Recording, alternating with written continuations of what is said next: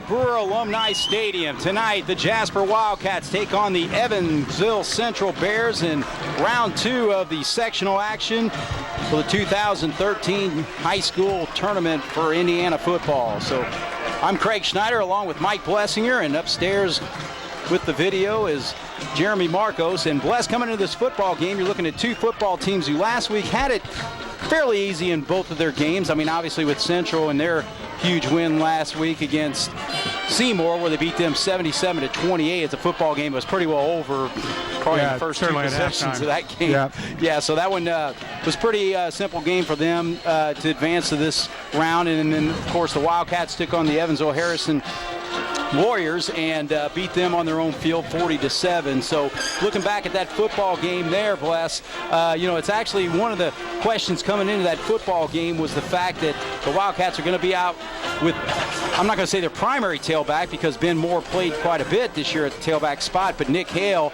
with his injury, kind of forced Ben to be more of a factor in that football game, and he had it actually with 25 carries. Yeah, and it changed his role quite a bit because Nick, is generally the interior runner, and Ben, we moved around from tailback, running the ball on pitches and handoffs, and also in slots and receiver situations.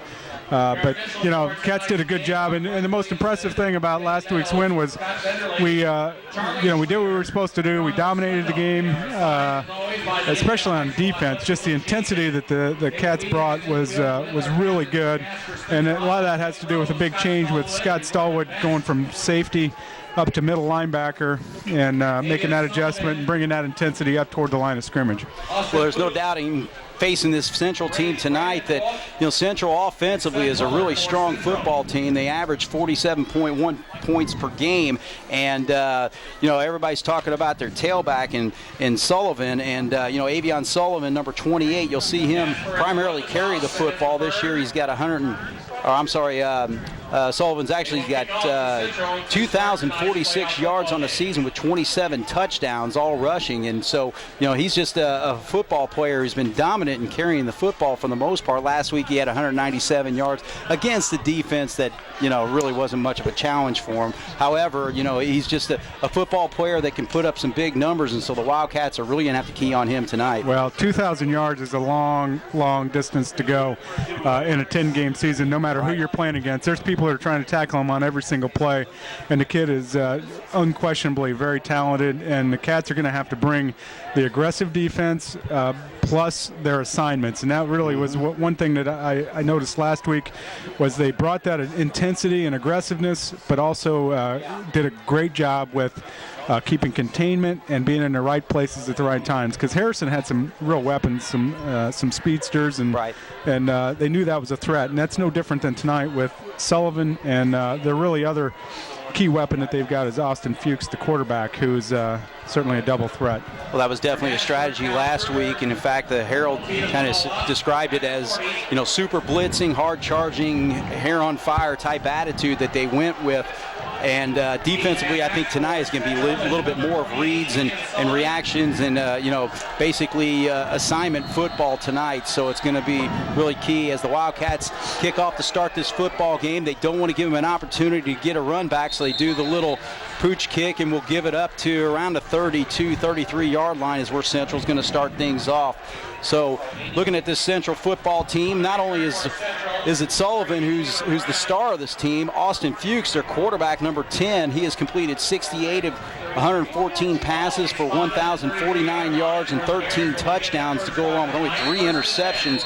But he also runs the football. You'll see him sprint out on pass situations. He's run the ball 131 times for 1,064 yards as well. But the give is to Sullivan to start things off, and the Wildcat defense right there doing the job. And you talk about controlling the line of scrimmage, Bless. Not only offensively, we got to do it defensively. Absolutely, and defensively is probably a bigger key because we got to plug it up and then make them try to go to the outside and then have the good containment by our outside linebackers. And that was a nice job of not giving them any room and not letting them get away. So just a gain of 1. Ball at the 34-yard line, 2nd and 9. Fuchs in his shotgun this time. Backs the throw, he stays in the pocket, he throws a nice laser downfield, and it is just outside the reach And was that Sullivan, actually? It's tough again to see their numbers. They've got real light, pale yellow numbers on white uniforms. When he stands still, we might be able to tell. But yeah, I think they did try to throw that. Well, maybe Bless has got the microphone or the. Yeah, that was Sullivan. 28 sent him down the sideline. Okay, so yeah, again trying to use their weapon. They've actually extended him out to so they got wide receiver spot. The fullback in blocking, and then they split in 4 wide, trying to take advantage of a passing game. So Fuchs throws a bullet over there, and it's knocked away. Actually, it looks like your boy Tate Blessinger doing a nice job there, knocking that one away. So good job, assignment football for him to cover his receiver. Good job being in the right place. His older brother Austin has much better hands than him. He was a receiver. Tate's more of a contact kind of guy. Yeah, there you go. But good to be there. So it's good defense, a good start for the Wildcats. Now we got to be careful here because their punter is Sullivan, and you just never know what's going to happen in these situations. Yeah, again, the same type of threat that the Wildcats have with their kind of rugby-style kicking that we've been doing over the last couple years. Last year with Devin Traylor as a runner, but this year Aarons as a passer, but he boots this thing away. Looks like we're going to have some room. Catch, so we're going to return this ball. Betts with the football to the left side, cuts across the 40, down. Looks like probably got to about the 44-yard line, so the Wildcats can have really good field position to start things off here. Yeah, it's a good start. And our punt receive team, really the first key is feel the ball and then get whatever we can get. It's really not an aggressive stance we take on that, which is just fine because we put that ball in our offensive team's hands and let them do what they do. So that's a good defensive start, good field position. Let's see what happens. Cats split wide receivers, 3 of them to the right side.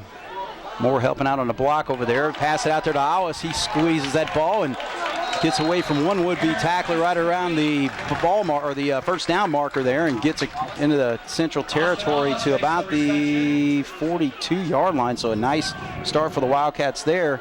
Gain of about 16 on the play, I believe. Austin Fuchs makes the stop for Central. So 1st and 10 for the Wildcats. It's a good start. Nice play. First and 10, Jasper at the Bears, 42. At the 42, this time they pitch out to Ben Moore, and Ben Moore cuts right into the left. And good job by the offensive line. Really, there was a good surge. Before Ben got any contact, he was pretty deep into the defensive backfield. Good first down play right there. And that's the thing with this offensive line. Go through the starters there. Ryan Hope at the center spot, Craig Sander and Neil Rose at the guards, Dylan Pearson and Colin Boland are the tackles. Wildcats, Aarons was under center, then they shift into a more of a split formation with the shotgun. Aarons with the football, throws it out there in the flat and just throws a little bit too far outside. That's Jacobs who was trying to make that play. Yeah, it was a nice play. He was open. He had some room. It's good to see that shift. Try and fool the defense a little bit. Something that certainly, we haven't seen it, so certainly Central hadn't seen it on the film, so that was nice. So Aarons comes into this football game with really big numbers offensively as far as his passing numbers. 135 of 200 for 1,861 yards and 20 touchdowns. So he's one away from breaking a single season record. He's already broken the regular season yardage record. Songer carries that football and he gets it to about the 30-yard line, so really plenty for the first down. Yeah, nice job by the offensive line. Again, they gave him room, and I think we had a first down before anything else happened. And the one thing that Central Bears are electric on offense, but their defense tends to give up a lot of points. And I think the lowest scoring team so far this year in the 10 games was 21 points to Harrison. So yeah, they actually score 47.1, give up 36.1. So, and the Cats score 41 a game. It's actually the second highest scoring output for any Jasper Wildcat football team since 1967 team that actually averaged over 42 points a game. 8 yard pickup on the run, 2nd down and 2 at the 22. So that's a nice first down run there for 8 yards. Ben actually in his first couple carries that he's had seeing a lot more room than he had last week. That Harrison defensive line was pretty good, but so far tonight the offensive line for the Cats are making some space. Aaron's going to be under center this time, 2nd and 2. Looks like a little miscommunication there. Well, they had actually a couple of receivers going deeper, but it looked like Aaron's wanted to pitch to the right, but the tailback and fullback are going to the other way around. Actually, you wanted to pitch to the left, but everybody else was going right. So there's a little misdirection on accident. So basically no gain. We'll maybe lost a little bit of yardage on that, but it's going to bring up certainly four down territory where we're at. So 3rd and 2. But it doesn't matter as Ben Moore works his way through the line of scrimmage and gets across the 15-yard line down close to the 10. Nice run and good work by the, again, can't say enough about those offensive linemen. I think, Schneids, I know you mentioned Colin Bowen as the starter, but I believe he is out. Oh, is he really? I think. And Alex Coleman is in his place at left tackle, who actually played for Neil Rose last week. And Neil Rose, number 62, the guard, is back. All right, so 1st and 10 for the Wildcats. That gives the Songer, and every time he carries that football, he's thinking touchdown. He is a rumbler, there's no doubt about it, and it looks like he's going to have enough for a 1st down, so the Cats going to have 1st and goal from, I believe, the 1-yard line. It's about an 11-yard carry. Yep. So number 21 gains 11. Going to the wishbone now. 1st and goal for the Cats. Awesome. I'm guessing Ben Moore over the left side here. Give is to Ben Moore. He follows his blockers and easily gets into the end zone for the touchdown. So a nice job of the Wildcats, not only defensively where they held Central 3 and out on their first possession, but the Wildcats marched. They had the ball at the 44-yard line and march at 56 yards for the first score of the ball game. Yeah, really nice job. The running game, looking at film, I would have guessed our running game would have had a little bit more trouble than that, but we really just pretty much went right through them. Only got into a situation, never really got into a passing situation, but passed a couple times. But nice job with the running game. And the thing is with the running game, most of it on this drive was pretty well between the tackles. And one game I kind of watched on film was the Mater Dei game, and they really were able to work the ball up to the outside. And we know Ben Moore's got that kind of speed, so that might be an opportunity for the Wildcats as this game continues on. But yeah, the way it started, it looks pretty good here in the first 4 minutes for the Wildcats. We'll take a quick break in the action. We're at Jerry Brewer Alumni Stadium. It's round 2 of the sectional. Jasper leads it 7-0. You're watching Wildcat football on 18 WJTS. Until there's a cure for Alzheimer's disease, it's comforting to know there's a place like Augustus Cottage at the Timbers of Jasper. Augustus Cottage focuses on maintaining a secure, home-like environment where residents have a sense of belonging. Augustus Cottage staff are trained, compassionate, and patient. If someone you love has memory loss, there's a place to turn for help. I'm Deb Lloyd, Memory Care Facilitator, and we're the Timbers of Jasper, where caring people make the difference. Ackerman Oil Company and Circle A Food Mart shoot for perfection, starting with our quality Sunoco gasolines, the official fuel of NASCAR. With 2 convenient locations in Jasper, there's no reason to pass up the opportunity to stock up for the big game. And Sunny Chicken Tenders are always a big hit at your festivities. The Sunny Says Car Wash lets you be just as bright as the stars of Jasper High School.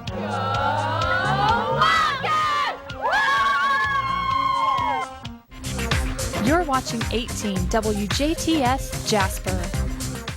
Back at Jerry Brewer Alumni Stadium, Kyle Kruger set to kick things off.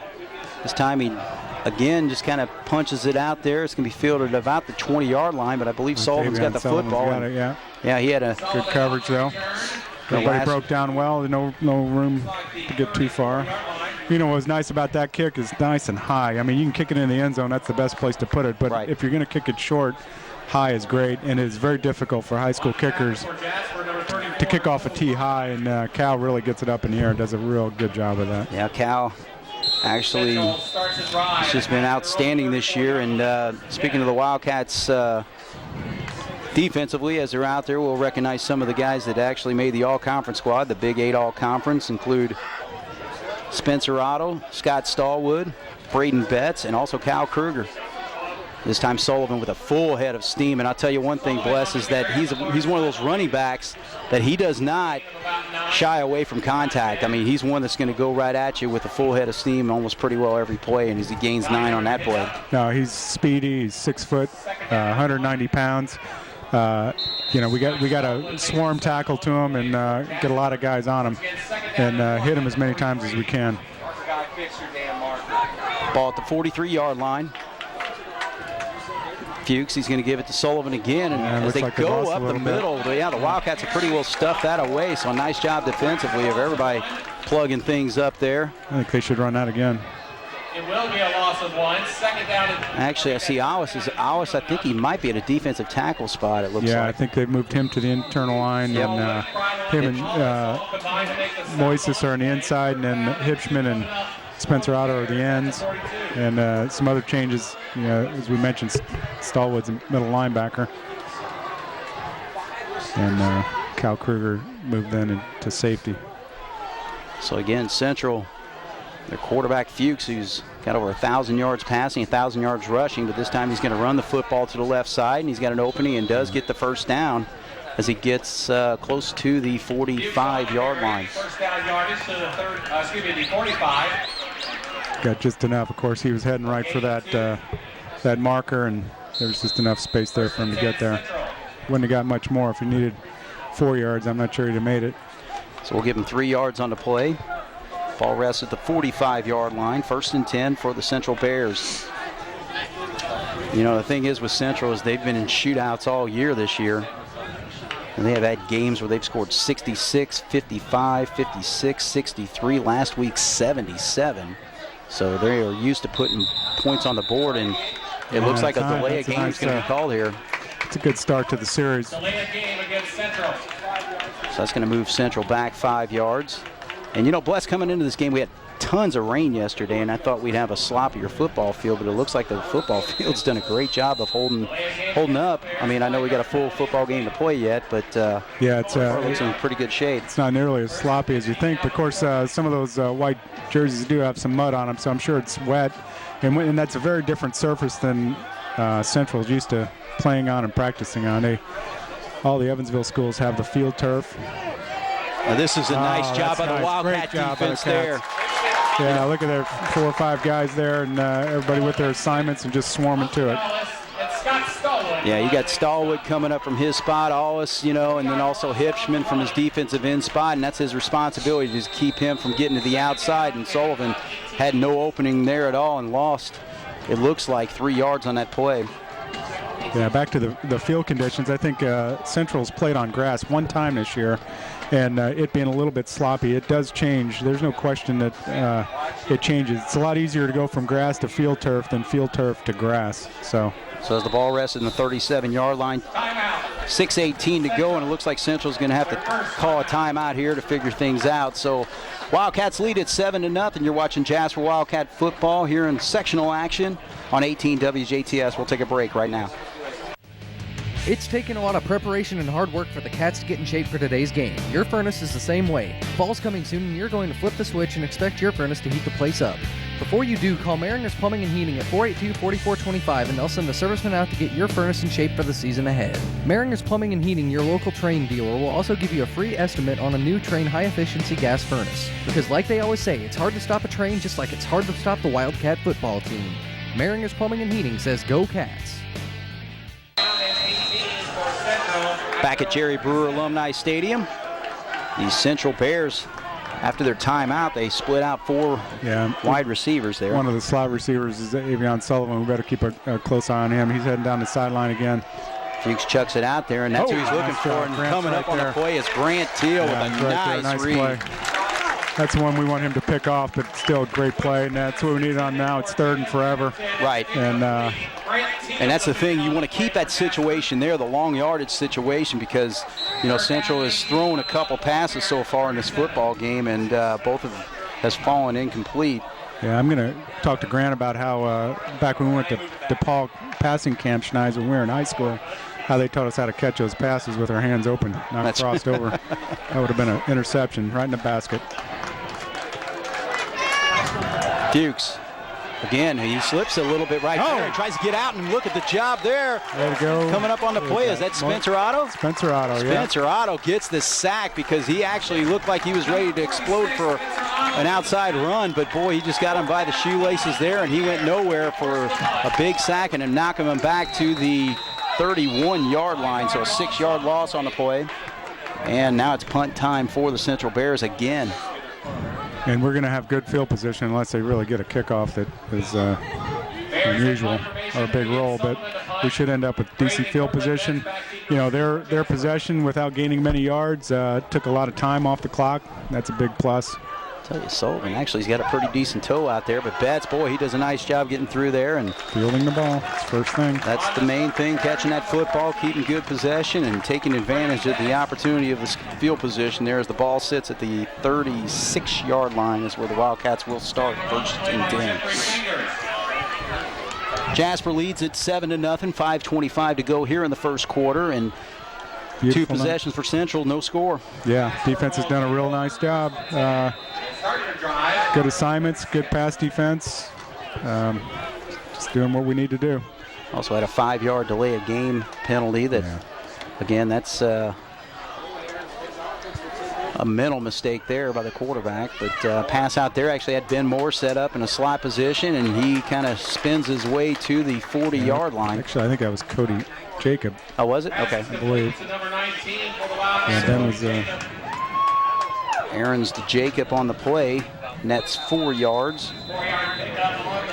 So that'll be 2nd and 6 for the Wildcats from the 40-yard line. Again, Bless, we were talking before the football game that I probably need an eye exam, and I'm having a tough time seeing some numbers out there. So we're at that. Don't say that age. We're teetering. That's why I got the binoculars. We're checking the stat sheet with the binoculars. Aaron's wide open as Jacob this time out in the flat, and he gets across midfield to about the 47-yard line. So the Wildcat machine continues to roll. You know, it's great. Cody Jacob, you know, he's been playing a lot more later in the second part of the season.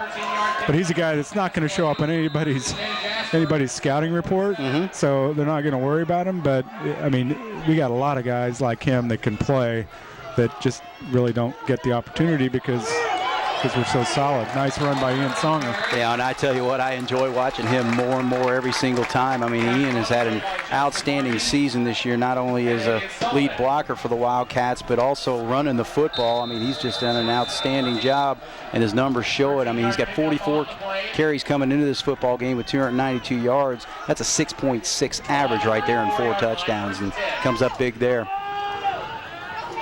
Ben Moore to the right side. So the nice thing, you know, and again, I thought coming into this football game, Bless, is that the Wildcats would be able to score some points because the Central defense has just not been a strong point, you know, in the amount of points that they give up. But the Wildcats are really taking advantage not only of the passing game, but with the running game. Yeah, I'm a little bit surprised about how well we've run the ball in the middle of the defense. But, hey, kudos to our offensive linemen and the work the backs are doing. Aarons lofts it out there. Hipschman not able to catch up to it, and pretty well covered. He had 2 wide receivers out, or 2 defensive backs out there covering him. Yeah, it was pretty much a set play. It was either going to be Hipschman or nobody, and it just wasn't there. So Central actually read that well. So that's going to set up 3rd down and 7.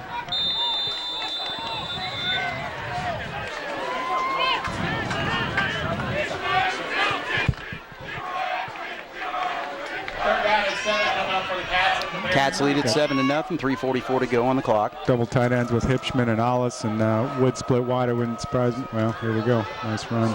But we're certainly in 4-down territory. Well, the thing is, the Wildcats really thought the right side would be an opening for them running the football tonight, but actually it was really well played there by the Central Bears. Come up on the play, Isaiah Kemper making a nice stop for the Bears. Play results in a loss of 1, 4th down and 8 at the 32. So 4th down. Yeah, it's 4-down territory. Clearly, it'd be really nice to get a 1st down here, but if nothing else, we ought to run this clock down to 3 minutes. Well, they went ahead and snapped it. Aaron's pitches out there. Wide open was Ollis, and he does get away from the one guy who had an opportunity to make it. Looks like he's going to make it. Yeah. So he's going to have enough for the 1st down because he was hit right at around the 30-yard line, which wouldn't have been enough for the 1st down, but he gets across the 25 to about the 23-yard line. So a great play by Ollis just to use his size, skill, and athleticism there to be able to break away. He makes the first guy miss and then lumbers his way. You know, I think he knew where he had to get to, and he got there. It's a nice job. Get the wishbone going. Flags fly. I think we might have a little bit of movement on the Wildcat side. It looks like he's pointing to this side, so.